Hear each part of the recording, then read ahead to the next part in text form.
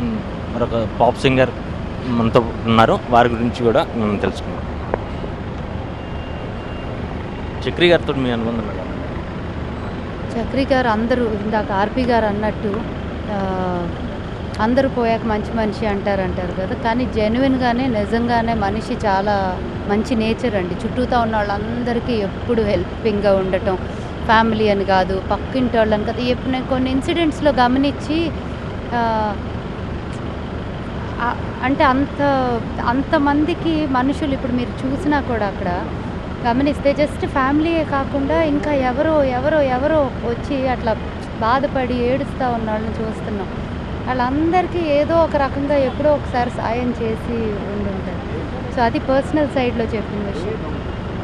నాకు మ్యూజికల్ సైడ్లో చెప్తే ఆయన ఫస్ట్ మూవీలో నేను పాడాను బాచీలో, లక్ష్మి లక్ష్మి అని, which became a very big hit. ఆ పాట ఆయన మూవీ తర్వాత చాలా మూవీస్ చేశారు, అవి అందరికీ తెలుసు, పెద్ద పెద్ద హిట్స్ అయినాయి. నేను కూడా చాలా పాడాను ఆయనతో for many movies after that. అయితే ఎప్పుడు అనేదాన్ని కలిసినప్పుడల్లా లేకపోతే ఫోన్లో మాట్లాడినప్పుడల్లా హెల్త్ చూసుకోవాలని. ఎందుకంటే చక్రి తలుచుకోగానే మనం మనిషి నాకు గుర్తేంటి ఒక రకంగా గుర్తు.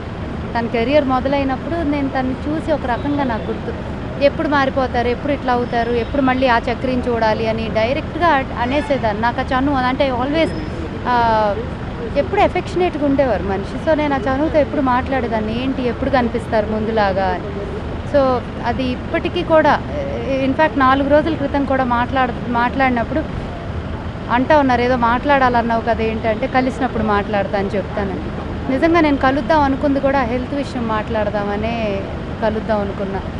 సడన్గా పొద్దున్న లేసేసరికి రఘు ఫోన్ చేసి, అదే ఒక కొంచెం అబౌట్ 8 o'clock అట్లా లేచిన ఫోన్ వచ్చింది, విన్నావా అన్నారు. అనగానే అసలు అర్థం ఏంటి వినేది అంటే, ఇట్లా చక్రి ఈజ్ నో మోర్ అనగానే ఇంకా వెంటనే అన్నీ అక్కడికక్కడ వదిలేసి హాస్పిటల్కి వెళ్ళటం అయింది. It is a very very very sad day for all of us. ఆయన ఆత్మీయులకి, బంధువులకి, స్నేహితులకి, ఇండస్ట్రీ మొత్తానికి కూడా. But his music will live on, so we'll all miss him. ప్రొఫెషనల్గా చక్రి ఎలా ఉండేవారు? అసలు అంటే చెప్తున్నాను కదండి, ఎవరిని ఇబ్బంది పెట్టడము, బాధ పెట్టడము అటువంటి నేచర్ కాదు.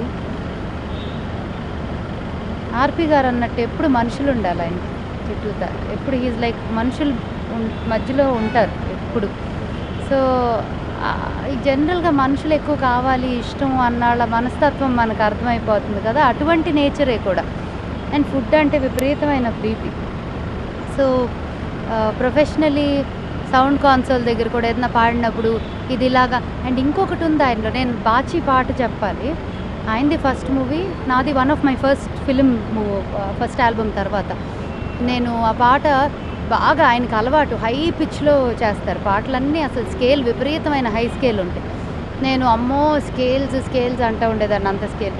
సో నేను హై స్కేల్ పాడి నేను అన్నాను మంచి లేయర్ కోసం కౌంటర్ పార్ట్స్ పాడతాను అన్న. అప్పట్లో కౌంటర్ పార్ట్స్ పాడి మూవీస్ సాంగ్స్ ఎక్కువ లేవు అసలు. ఎందుకో ఆ రోజు అనిపించింది వెయిట్ బాగుంటుందేమో అట్లా పాడితేనే. వెంటనే ఒప్పుకొని ఆ పాట అంతా పార్ట్స్ చేసామన్నమాట. సో ఏదైనా సజెషన్స్, ఏదైనా ఆలోచన వచ్చి ఇది చేస్తే ఎలా ఉంటుంది, అది ఎలా ఉంటుంది అనగానే ఒక ఈగో పోరు, వెంటనే ఆయనకి నచ్చింది అంటే ఇన్కార్పొరేట్ చేసేస్తారు. So his nature is very like that, accommodating, ఆలోచించి చేయటం అటువంటి మనిషి. And it's always a pleasure working with him. ఎప్పుడు కూడా ఇబ్బంది పడి పని చేయలేదు. చివరిగా మీరు అతనితో కాంబినేషన్లో పాడిన పాట చెప్పాలంటే పాట చెప్పనేదో, యాక్చువల్లీ చాలా మంచి సాంగ్. అంటే కాల్ చేసి నాకు ఇది నువ్వు వచ్చి పాడాలి అనగానే నేను కరెక్ట్గా ఏదో ఊరు వెళ్తాను, ఇవాళే కావాలి అర్జెంట్ అన్నారు. ఊరు వెళ్తున్నాను అని చెప్పి వెళ్ళాల్సి వచ్చింది. ఆయనకేమో అర్జెంట్ అయ్యి ఉండి పాడిచ్చేయాల్సి వచ్చింది. పాట చాలా పెద్ద హిట్ కూడా అయింది. నేను ఎప్పుడు అనుకుంటారే అది పాడుంటే బాగుండేది, మంచి పాట అని. బట్ మోస్ట్ రీసెంట్గా అంటే సాంగ్ ఫర్ వాంటెడ్లో ఆయనకి పాడిన పాట was my recent song. Okay, ఇది చక్రితోటి పాప్ సింగర్ స్మితకు ఉన్న అనుబంధం.